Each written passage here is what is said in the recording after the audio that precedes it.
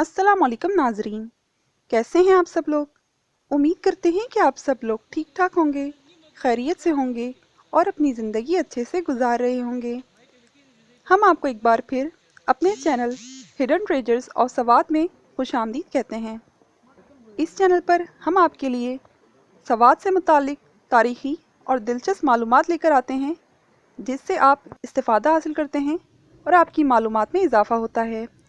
आज ऐसे ही दिलचस्प मौजू के साथ हम एक बार फिर आपकी खिदमत में हाजिर हुए हैं, जिसका उन्वान है मरगज़ार। मरगज़ार ज़िला सवात का वाहिद पुरफ़िज़ा मकाम है, जो मरकज़ी शहर मैंगोरा से तकरीबन 12 किलोमीटर के फ़ासले पर वाक़ है। सयाह सिर्फ़ कुदरती हुस्न और मोतदिल मौसम की वजह से मरगज़ार का रुख नहीं करते, बल्कि वहाँ पर कायम रियासत सवात दौर की एक तारीख़ी इमारत सफ़ेद महल, जो कि 1941 में तामीर की गई थी, उसकी सैर भी करने जाते हैं। मगर सफ़ेद महल के बारे में बहुत कम लोग जानते हैं कि इसका अवलीन नाम मोती महल था। सफ़ेद महल की तामीर के हवाले से शाही ख़ानदान के मियाँ गुल शहरियार अमीर ज़ेब बादशाह, जो कि बादशाह साहब के पड़पोते थे, उनका कहना है कि दरअसल बादशाह साहब हिंदुस्तान गए थे, जहाँ एक दिन उनका गुज़र राजस्थान के इलाके से हुआ। वहाँ उन्होंने सफ़ेद मार्बल देखा। उन दिनों राजस्थान का इलाका मादनियात के लिए मशहूर था। बादशाह साहब ने राजस्थान के उस वक्त के महाराजा का महल देखा, जिसमें उसी सफ़ेद मार्बल का इस्तेमाल किया गया था। बादशाह साहब इस महल से मुतासिर हुए बिना ना रह सके। बाद में जयपुर से उसी सफ़ेद मार्बल को लाया गया।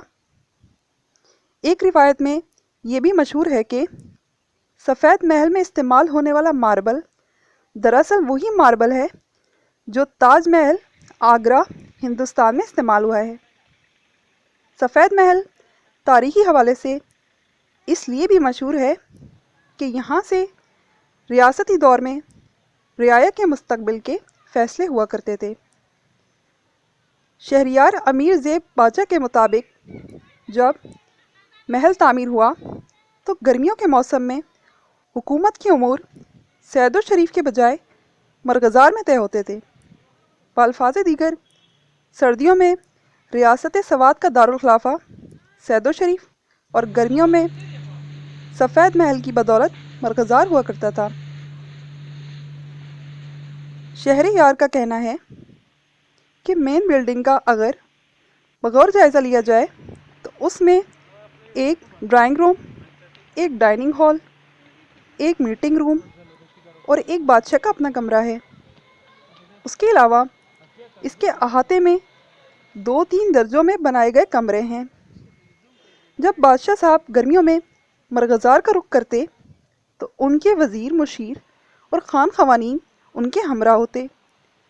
दूसरे दर्जे पर तामीर शुदा कमरों में यही वज़ीर मुशीर और ख़ान ख़वानीन होते और तीसरे दर्जे में तामीर शुदा कमरों में फैमिली मेम्बरान हुआ करते थे। सफ़ेद महल एक तरह से समर पैलेस है। सन 1930 से उसकी तामीर शुरू हुई थी। इसमें जो सफ़ेद मार्बल इस्तेमाल हुआ है उसे भोपाल से लाया गया था। ये विक्टोरियन तर्ज़ तामीर का शाहकार है। ये उस वक्त अपनी नौयत की पहली इमारत थी। तामीर के वक्त इसमें जो माहिरीन मसरूफ़ थे, उनमें से कुछ का ताल्लुक़ भोपाल और कुछ का अटक से था। इस इमारत के 3 हिस्से हैं। महल का हिस्सा बादशाह साहब के लिए मखसूस था। दूसरा हिस्सा, जिसके लिए सीढ़ियाँ चढ़नी पड़ती हैं, VIP शख्सियात के लिए। और तीसरा और आखिरी हिस्सा ख़वातीन और अंग्रेज़ों के लिए मखसूस था। जबकि महल का पिछवाड़ा बावर्चियों और दीगर ख़द्दाम के लिए था।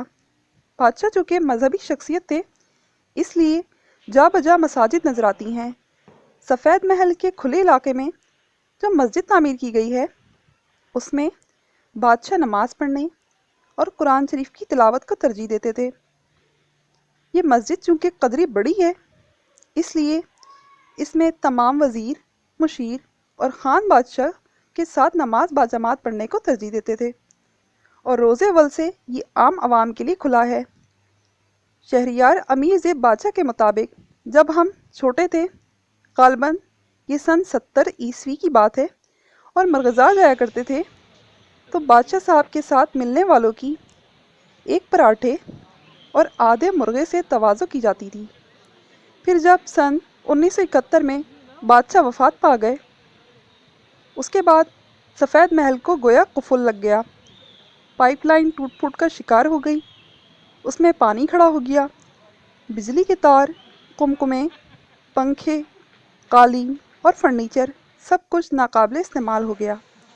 سن 1972 سے 73 میں مرغزار شہریار امیر زیب بادشاہ کے حصے میں آیا۔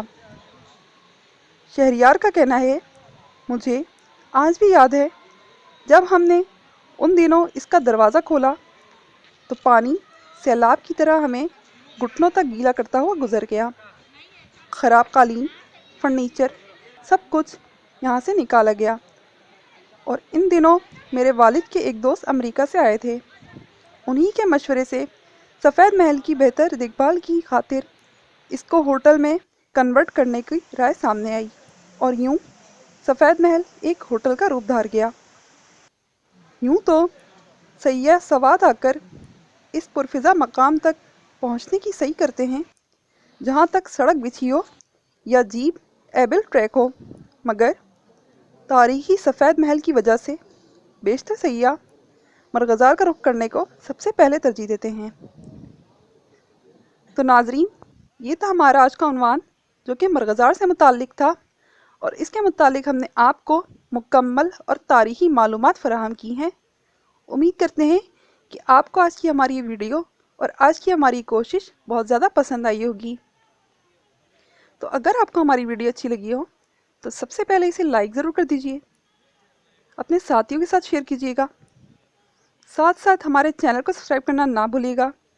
ملتے ہیں اگلی ویڈیو میں کسی نئے موضوع کے ساتھ۔ جب تک کے لیے اپنا رکھیے گا بہت زیادہ خیال۔